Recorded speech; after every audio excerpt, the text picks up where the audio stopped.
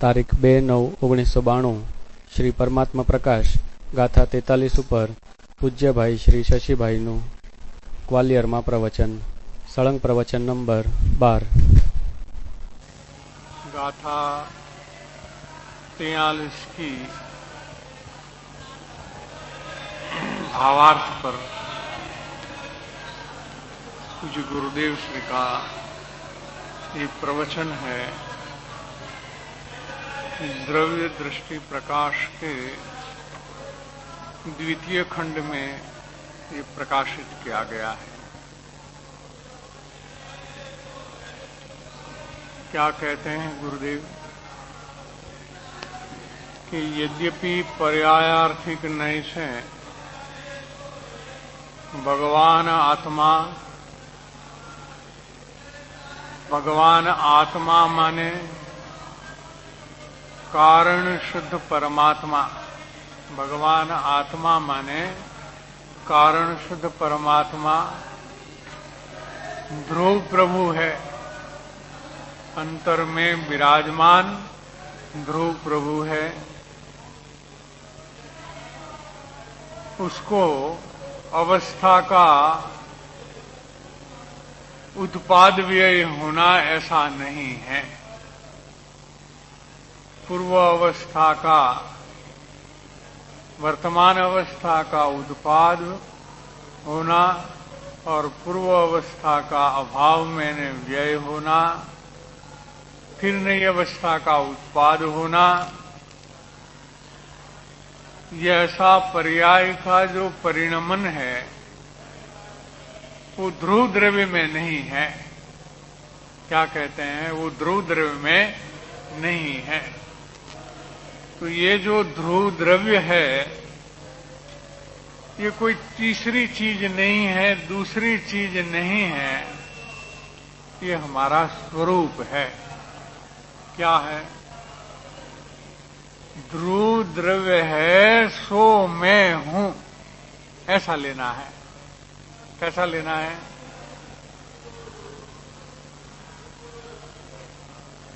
मैं ध्रुव हूं ऐसा लेने से फिर पर्याय सहज स्वयं होती है. वो स्वयं परिणमन कर रही है. उसको फिर परिणमन कराने का मिथ्या कर्तृत्व समाप्त हो जाता है. और कर्तृत्व कहां होता है? कि जहां एकत्व होता है वहां कर्तृत्व होता है, और जहां कर्तृत्व होता है वहां भोक्तृत्व होता है. और ये तीनों परिणाम मिथ्यात्व सहित अज्ञान भाव से होते हैं. क्यों अज्ञान भाव से होते हैं? कि परिणमन तो सहज ही हो रहा है. वस्तु परिणमनशील होने से परिणमन तो सहज हो ही रहा है. जो सहज हो रहा है उसको करना क्या, और जो नहीं हो रहा हो उसे करना क्या. अब देखिए कि अपने ऑफिस में, कारोबार में, व्यवसाय में कोई आदमी बराबर काम कर रहा हो, क्या अपनी ड्यूटी पे बिल्कुल समय सर आ जाता है, अपना काम अच्छी तरह संभाल लेता है, फिर उसको टोक टोक करो आप, समय पर आ गया फिर भी बोलो कि समय पर आ जाना. काम बराबर करता है तो काम ठीक करना उचित है क्या? है कि जो सहज स्वयं हो रहा है, अपना ड्यूटी बराबर संभाल रहा है, उसको फिर हस्तक्षेप कर करके डिस्टर्ब करना ये अच्छा नहीं है, ठीक नहीं है. वैसे ये परिणाम जो है वो सहज हो रहा है। मैं उस परिणाम रहित ध्रुव हूं। उत्पाद व्यय रहित बोला ना इधर, मैं उस परिणाम रहित ध्रुव हूं। तो सहज परिणाम जो हो रहा है वो ठीक हो रहा है। अपने स्वकाल में जो होने वाला है, होना चाहिए, ऐसा हो रहा है। उसमें कोई हेरफेर करने की बुद्धि ठीक नहीं है।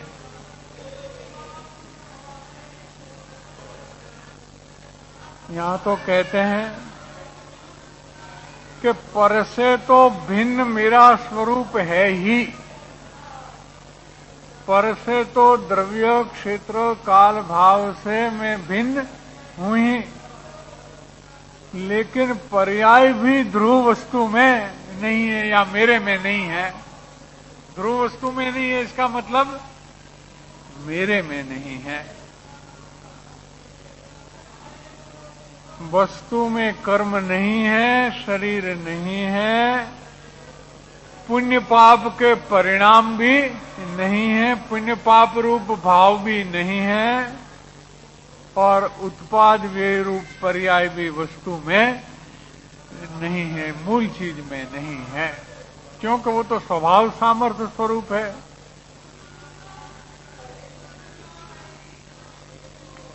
दृष्टांत दिया है इधर गुरुदेव ने कि सुवर्ण के जेवर में, सुवर्ण में से कड़ा की पहले अवस्था हुई, एक कड़ा बनाया,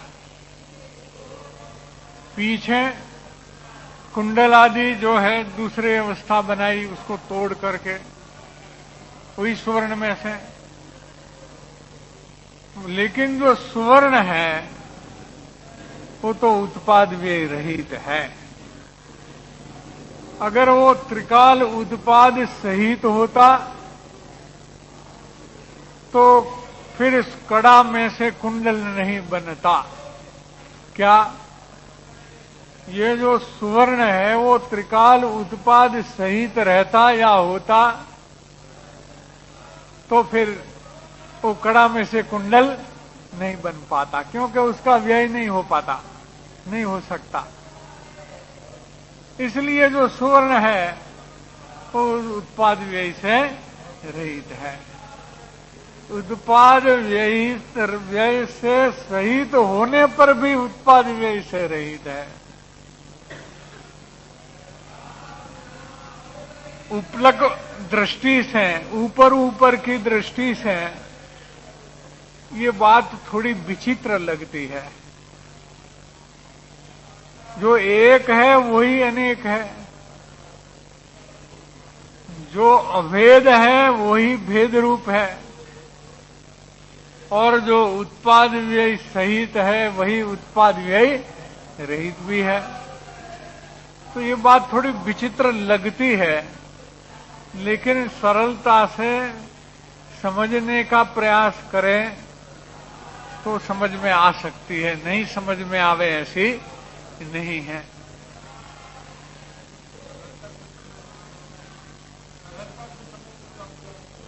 हाँ, सरलता से मतलब क्या है कि हमारे आत्मा की हित बुद्धि से, सरलता यहां किसको कहते हैं कि हमारे आत्मा का हित हमें करना है, इस बुद्धि से, हित बुद्धि से समझने का प्रयास करना चाहिए। क्यों कि असरलता से अनेक प्रकार के जो तर्क है वो तर्क उठ सकते हैं। अनेक प्रकार के जो तर्क हैं वो जो जिसकी जरूरत नहीं होवे ऐसे भी तर्क उठ सकते हैं, जिसका प्रयोजन नहीं होवे ऐसा भी तर्क हो सकता है। तो हमें ये ध्यान रखना है समझने के काल में कि हमारा मतलब कैसे सधता है, हमारा प्रयोजन कैसे सधता है, उतना हमें ध्यान में रखना है। उसी को यहां सरलता कहेंगे।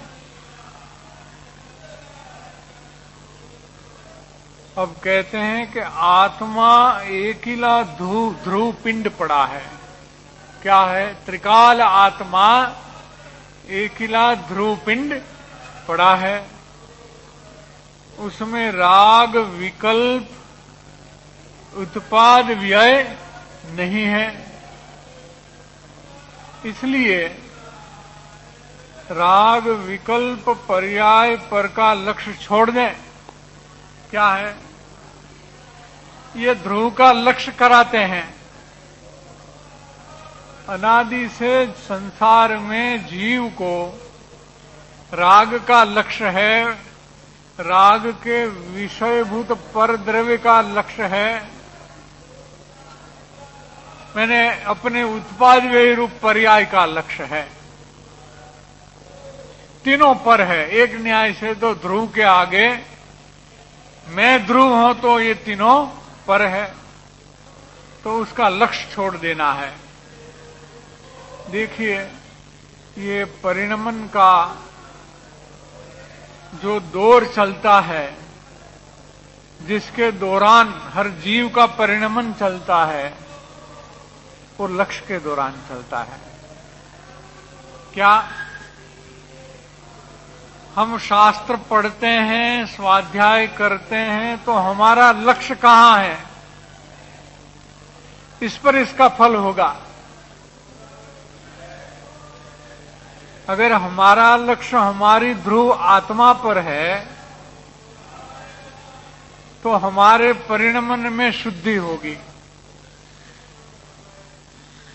और हमारे ध्रुव स्वरूप को छोड़ करके पर्याय पर हो, राग पर हो या किसी दूसरे पर हो, निमित्त पर हो, तो पर्याय में अशुद्धि बढ़ेगी। क्या शास्त्र स्वाध्याय करने पर भी अशुद्धि बढ़ सकती है क्या? कि हां, बढ़ सकती है। अगर लक्ष्य हमारे स्वरूप पर नहीं है तो ये बात है।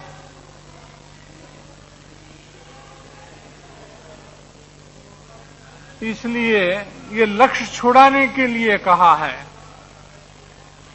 इस गाथा के प्रवचन में बार बार ध्रुव की मुख्यता से बात क्यों आती है? प्रवचन में ये बात क्यों होती है? इसलिए होती है कि इसका लक्ष्य छुड़ाने की बात है। जिसका लक्ष्य होता है उसकी ही मुख्यता होती है। जिसका लक्ष्य नहीं है उसकी मुख्यता करना चाहे तो भी नहीं होगी। जैसा कि हमने सुना कि हमारे ध्रुव आत्मा की मुख्यता करनी चाहिए। क्या हमने उपदेश सुना? उपदेश में वो बात सुनी कि हमारा परमात्म पद परम स्वरूप ध्रुव तत्व है, उसकी मुख्यता करनी चाहिए क्योंकि वो महान है। लेकिन हमारा लक्ष्य नहीं बदला है हमने, तो इसकी मुख्यता करना चाहेंगे तो भी नहीं होगी। ये बात है। इसलिए हमारा परिणमन लक्ष्य के दौरान चलेगा। जो चलेगा सो मुख्यतया ऐसी मुख्यता होगी। और धर्म के क्षेत्र में आने वाले जीव को स्वरूप लक्ष्य कब होता है? कब होता है माने किस स्टेज में होता है? इसका विचार हमें अवश्य अवश्य करना है कि जब स्वरूप की पहचान होती है। क्या होती है? पहचान होती है तो लक्ष्य उसी का ही रहता है, लक्ष्य उसी का ही होता है, फिर लक्ष्य नहीं बदलता। और जहां तक पहचान नहीं होती है तो स्वरूप का लक्ष्य नहीं होता है। इसलिए बिना लक्ष्य जो है ये काम सफल नहीं होता। कोई भी काम बिना लक्ष्य वाला सफल नहीं होता, क्योंकि लक्ष्य है वो